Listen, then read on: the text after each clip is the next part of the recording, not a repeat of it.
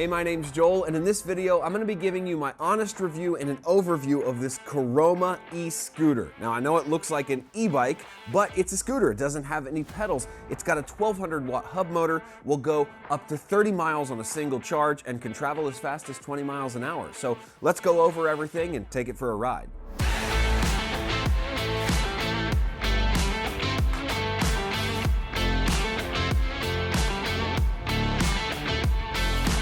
Okay, we're gonna take this for a ride in just a minute, but before we do that, let's go over some of the obvious features on this bike, starting with the pegs. Like I said, this may look like an e-bike, but it's actually a scooter because instead of pedals, it has pegs right here. They're collapsible, they fold up, or they fold down. Now, I don't know that as a 190-pound man, I would trust standing on these, but they're certainly enough to support your feet as you're sitting there operating the bike. It also has a set of pegs that are exactly the same on the back for your rider. It's got this nice little seat in the back. I would say it could handle a small rider. It's on the lightweight side, so it's not very big and it's not super heavy duty. I wouldn't put a full-grown man back there, but maybe a child or a smaller woman could sit on the back of this, and they're able to put their feet here on the pegs. You've got your kickstand, and you've got a nice plush seat. This has got some really nice shocks on it, and it's really wide and comfortable, which I appreciate. You also can fold this seat up because this is how you remove the battery. All you do is move it to the unlock position and you can pull the battery out. You can do that to charge, which is really easy. And the battery has a battery meter right on top. If you turn it to on, click the button, it'll give you an LED indication of how much battery life is left. Then if we place the battery back in, it locks in so no one can take it. You take your keys away, no one can steal your bike or your battery, and your seat clicks back down. Across the front, you'll notice we also have a collapsible basket. It's mounted to the front, but if you don't need it, you can simply fold down the front three sides and clip it up with this little wire clip that's included. I like that because if you're on a bike or a scooter and you need a basket, this is really handy, but if you don't need one, you can fold it up out of the way. And then pretty standard, it's got a light and reflector on the front. I also like the fact that this scooter has metal fenders on the front and back. Don't underestimate how important that is if you're riding in the rain or any kind of soggy conditions and you run through something. These will save your clothes from getting dirty. And it has non-adjustable suspension on the front. It's got a decent bit of travel. I imagine that will loosen up as you use it. And just for reference, I'm 6 foot tall and weigh about 190 pounds. This is what I look like on the bike. You can see we've got pegs right here.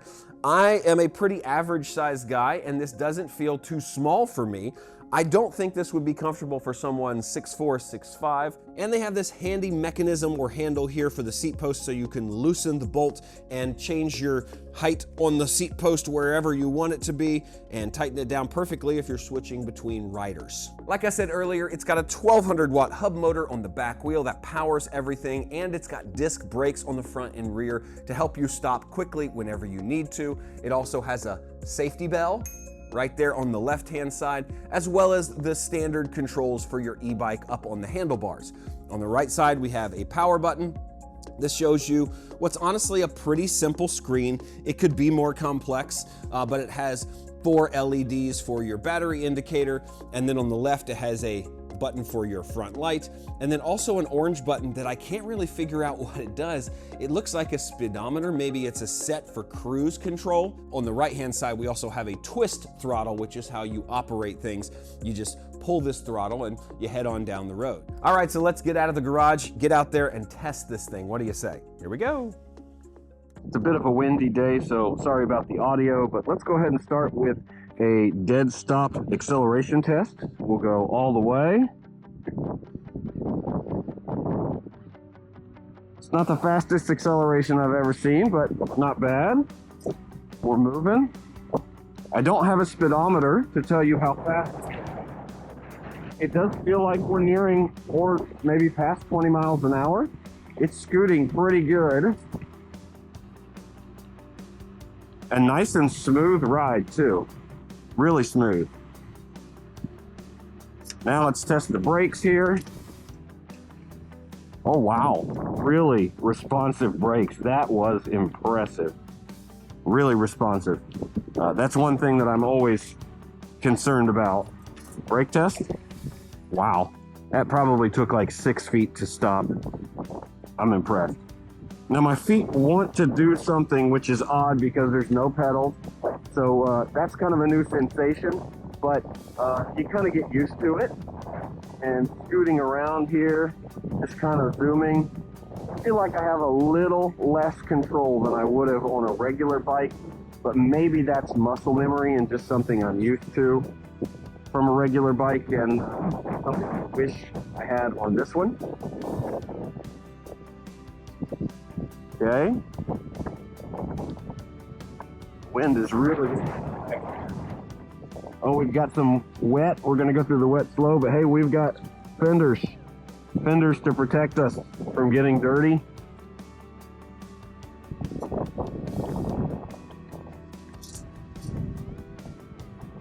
All right.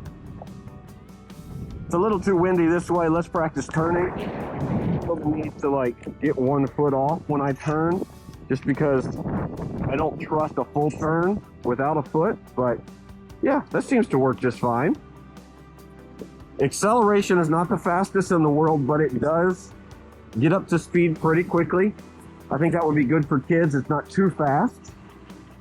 Like I said, cornering, I'm just a little hesitant to lean the way I do on a bike. So it's just weird. I find myself putting my foot out to do that. Running through a little bit of wet here. But yeah, maneuverability is just fine. It doesn't feel flimsy or lightweight. It's maneuverable. It's fun. It's easy.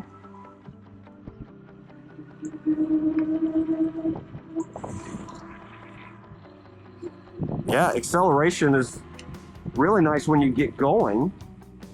And then braking is also really good, like we talked about.